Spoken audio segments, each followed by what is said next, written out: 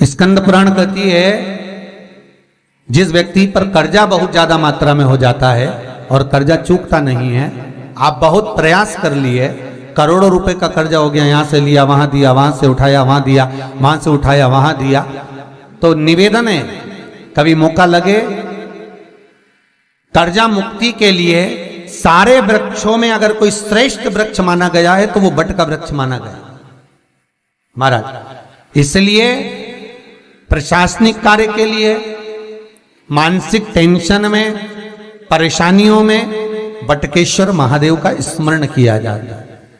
और यदि निवेदन करूंगा बहुत ज्यादा, यदि आपको कर्जा हो गया है, बहुत ज्यादा कर्जा हो गया और वो कर्जा चूक ही नहीं रहा, तो थोड़े दिन बड़ के पेड़ के नीचे आप बटकेश्वर महादेव के लिए 1 लोटा पानी, उसमें थोड़ा सा पिसा हुआ चावल पीस के गला लेना चावल को और पीस लेना, पीस के उस पानी में मिला लेना और मिलाकर उसमें थोड़ी सी हल्दी पिसी हुई डालकर बटकेश्वर महादेव के नाम से बड़ के पेड़ के नीचे अपनी कामना कर कर जो कर्जा हुआ है उस कर्जे का भान देते हुए, स्मरण देते हुए छोड़ दीजिए महाराज।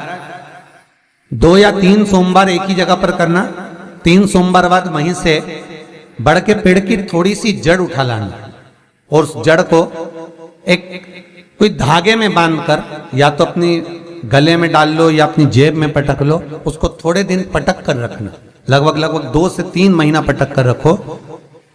वो जड़ जैसे बड़ का पेड़ विस्तार होता है, पानी गिरे ना गिरे, जल वृष्टि हो ना हो, गर्मी पड़े ना पड़े, उसको कोई फर्क नहीं पड़ता, बड़ का वृक्ष आप रूप फैलता जाता, उसकी जड़ें अपने आप प्रबल होती है। उसी तरह ये बटकेश्वर महादेव कहीं से भी अगर जड़ आपके पास में रखी है 1 महीना, 2 महीना, 3 महीना तक, तो ये जड़ अपने आप लक्ष्मी को पकड़कर खींच कर लाती है और कर्जे से मुक्त कर देती। बटकेश्वर महादेव का स्मरण सुख का देना हो महाराज। ऐसा कोई कार्य नहीं जिसमें पशुपति व्रत लाख ना करे, बस दिल से अगर आपने पशुपति व्रत करा है, बाबा विश्वनाथ के 5 पशुपति व्रत होते हैं, किसी भी सोमवार से चालू कर सकते हैं। बस करना क्या है, सुबह पूजन की थाली लगाकर लेकर जाना है, शंकर भगवान के शिवलिंग की पूजन करना है, मंदिर में अभिषेक पूजन करो, वो थाली वापिस लेकर आ जाओ, घर में रख दो। उसी थाली में शाम के समय प्रदोष काल में सूर्य डूब रहा हो, उसके कुछ ही समय के बाद आप आनंद में 6 दिए घर से लेकर जाओ, थोड़ा सा मीठा बनाकर लेकर जाओ और 5 दिए शंकर जी के मंदिर में लगाओ। पूजन करने के बाद में मीठे के 3 हिस्से कर दो, 2 हिस्से बाबा के मंदिर में अलग अलग रखिए, एक ही प्लेट में 2 हिस्से नहीं रखना है, दोनों हिस्सों को अलग अलग कटोरी में, अलग अलग दोने में, अलग अलग प्लेट में बाबा को रख दो और एक हिस्सा, एक दिया लेकर आ जाइए। घर के दरवाजे में प्रवेश करते समय राइट भाग में एक दिया घी का लगा दीजिए जो लेकर आए हो मंदिर से, उसको जला के नहीं लाना है, वहीं पर जलाना। दरवाजे के पास आराम से बैठो, दिया जलाओ और प्रसाद लेकर अपनी कामना कर कर घर के अंदर सीधा पांव रखकर अंदर चले जाओ। सवेरे फरियाल करो, शाम को भोजन करो। जब भोजन करो उस समय पर जो मीठे का आपने भोग लगाया था भोलेनाथ जी को, जिसका एक हिस्सा लेकर आए हो, सबसे पहले भोजन में वो हिस्सा खाओ। प्रसाद का जो हिस्सा लेकर आए हो उसमें से किसी को वो हिस्से में से प्रसाद नहीं देना, चाहे घर में बच्चे हों चाहे बड़े हों। आपको ज्यादा प्रसाद ले जाना तो अलग से ले जाओ, पर उस हिस्से में से किसी को प्रसाद ना दें। और वो प्रसाद पहले पाकर फिर आप भोजन प्रसादी ग्रहण करें। पर इसका नियम यह है कि प्रसाद जब आप लेकर आते हैं, आपको पहले भी कथा में कहा कि शंकर का प्रसाद रात भर नहीं रखा था। जितनी जल्दी आप प्रसाद का हिस्सा लेकर आए हैं, आधे घंटे के अंदर, पौन घंटे के अंदर आपको वो प्रसाद पाना है और भोजन करना ही है। ये नहीं कि सब आएंगे, इंतजार कर रहे हो, 10 बज गई, 11 बज गई, प्रसाद आपका इंतजार कर रहा है। जो प्रसाद है वो आपकी प्रतीक्षा कर रहा, आपकी बाट जो रहा, आपका इंतजार कर रहा। ये नहीं होना चाहिए। महाराज कितना सुंदर कहा है शास्त्रों में कि केवल एक देव अधिदेव महादेव एक ऐसे होते हैं जिनका प्रसाद रात भर नहीं रखा था। कहां से लिया है? प्रसाद लाकर ताजा रहता है जब तक आप पाते हैं, फिर वो फ्रिज में रख देते हैं। फ्रिज में रखा रखा किसी ने खाया नहीं खाया, जितने समय तक फ्रिज में प्रसाद रखा रहता है वो इंतजार करता है कि कोई मुझे प्रसाद भक्षण करे। प्रसाद का मतलब होता है प्रभु का साक्षात दर्शन। प्रसाद का मतलब ही यही है, प्रसाद, प्रभु का साक्षात दर्शन। वो रखा रखा जब ज्यादा समय हो जाता है तो घर में वो कष्ट प्रदान करने लगता है।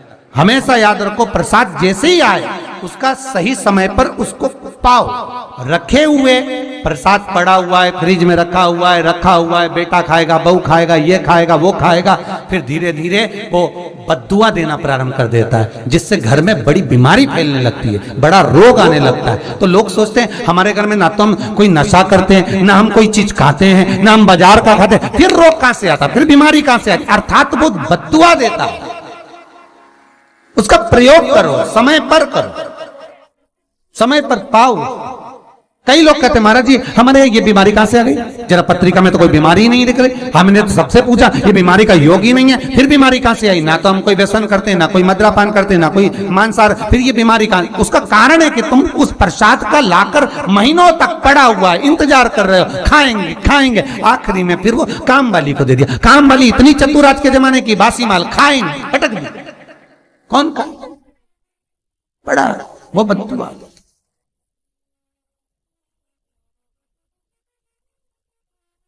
जितना आपको पाना है, जितना आपको लेना है, उतना प्रयोग करो। ज्यादा रखकर बहुत दिनों तक पड़ा है, खोर रखी है, मोहन थाल रखा है, लड्डू रखा है, पेड़ा रखा है, कुछ सामान रखा, नहीं नहीं भाई, जितना बने उतना लाओ, नहीं तो किसी को तुरंत बांट दो, समापन करो। पर अपने यहां पर बहुत दिन तक रखकर उसका बाबा स्वयं, मेरा श्री जी बाबा, मेरे तिरुपति बाबा, मेरा गोवर्धन नाथ, मेरा भोलेनाथ, उस प्रसाद के रूप में तुम्हारे घर में कितने दिन इंतजार करे कि मैं तेरे भीतर प्रवेश करूं, पर तू कराए नहीं, पड़ा है, रखा रहने दो, मन नहीं करता।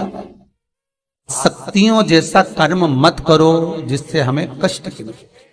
कई लोग कहते हैं हमने पशुपति व्रत करा, हमारा बहुत काम हुआ। कई लोग कहते हैं हमने करा पर हमको अभी तक उसका कारण है कि तुम बहुत देर तक प्रसाद को इंतजार करा रहे हो। तो बाबा भी आपको इंतजार करा रहा है, मेरा विश्वनाथ भी इंतजार कर रहा है। उस समय अवधि का भान होना चाहिए।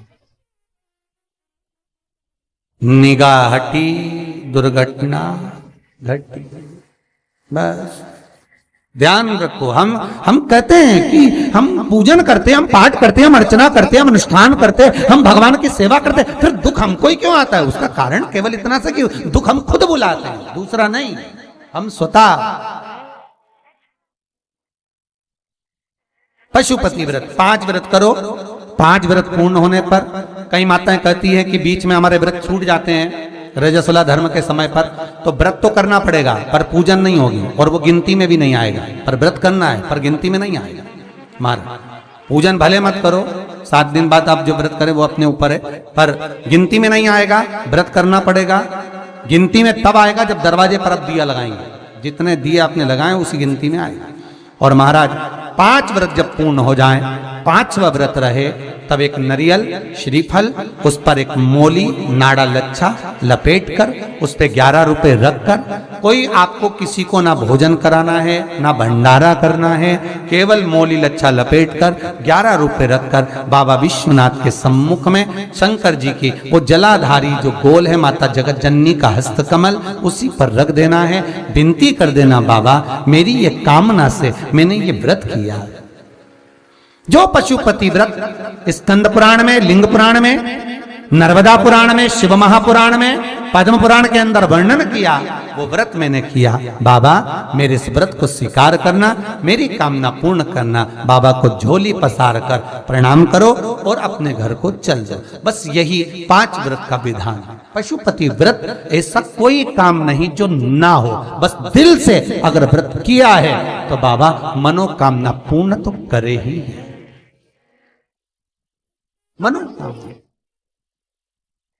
आप हमारे घर के चाहे घर की धर्म पत्नी हो, चाहे भांजे हो, कोई प्रॉब्लम होती है, हम उनसे कह देते पशुपति व्रत कर लो, हो जाए। बस पशुपति व्रत में आपका भाव शुद्ध होना चाहिए। निर्मल चित्त निर्मल मन सो मोहि पावा, मोहि छल छिद्र कपट ना भावा। निर्मलता के भाव में भगवान मिल सकता है। और फिर निवेदन करूंगा, एक लोटा पानी चढ़ाओ ना चढ़ाओ, पर बाबा से दिल से आप मिलो तो, एक बार दिल से उससे कहो तो। शिव शंकर का पशुपति व्रत केवल सांसारिक मनुष्य ही नहीं करता, ये पशुपति व्रत देवता भी करते, देवता